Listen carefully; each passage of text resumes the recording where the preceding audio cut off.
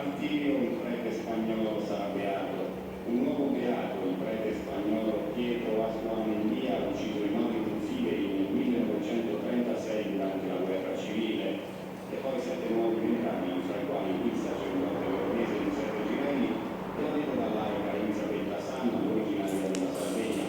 Sono i decreti con cui Papa Francesco ha autorizzato ieri la promulgazione, ricevendo un'udienza privata il cardinale Angelo Amato della Congregazione delle Cause dei Santi.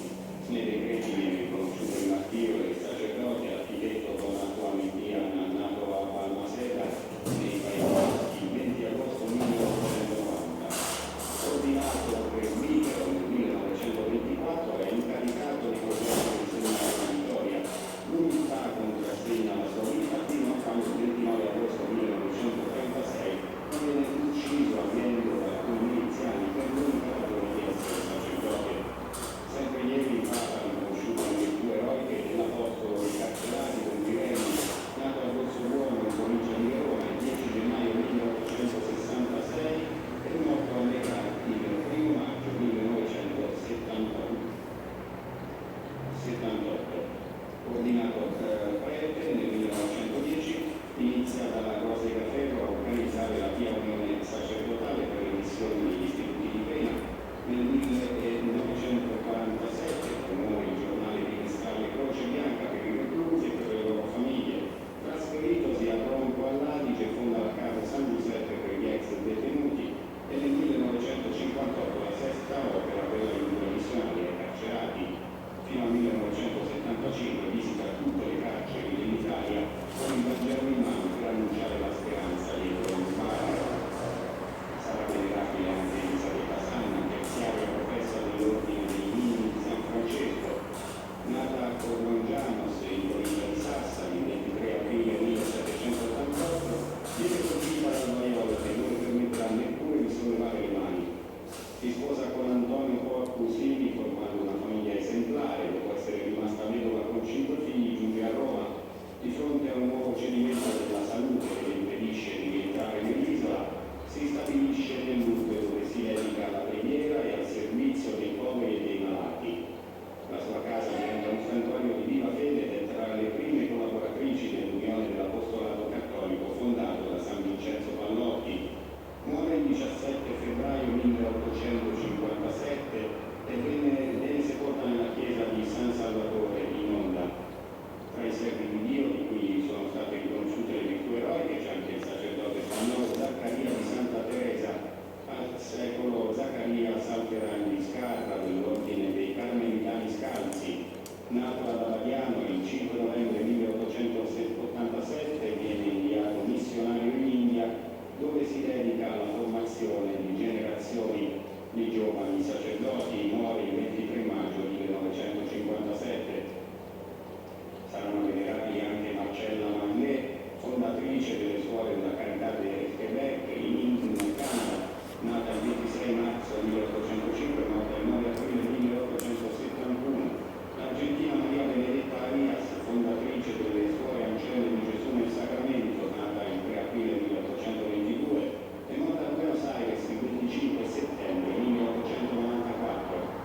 Margherita del Sacro Cuore di Gesù, a secolo Virginia de Brincat, fondatrice delle suore francescane del Cuore di Gesù, nata nell'isola di Gorgo, a Malta, il 28 novembre 1862, morta il 22 gennaio 1952. E Suor Serafina, al secolo I di Sinche, professa della Congregazione delle Suore Adoratrici del Sangue di Cristo, nata in Brasile il 31 gennaio 1913 e morta a Manaus il 21 ottobre 1988.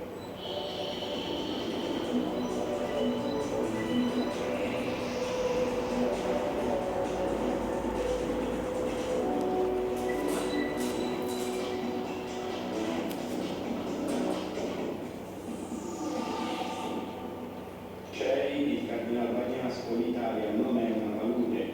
Il cardinale Bagnasco invita l'Italia a reagire ad una visione esasperata della società. Nella prolusione del Consiglio Episcopale permanente apertosi a Roma, il presidente della CEI afferma che nulla deve rubarci la speranza delle nostre forze se le mettiamo insieme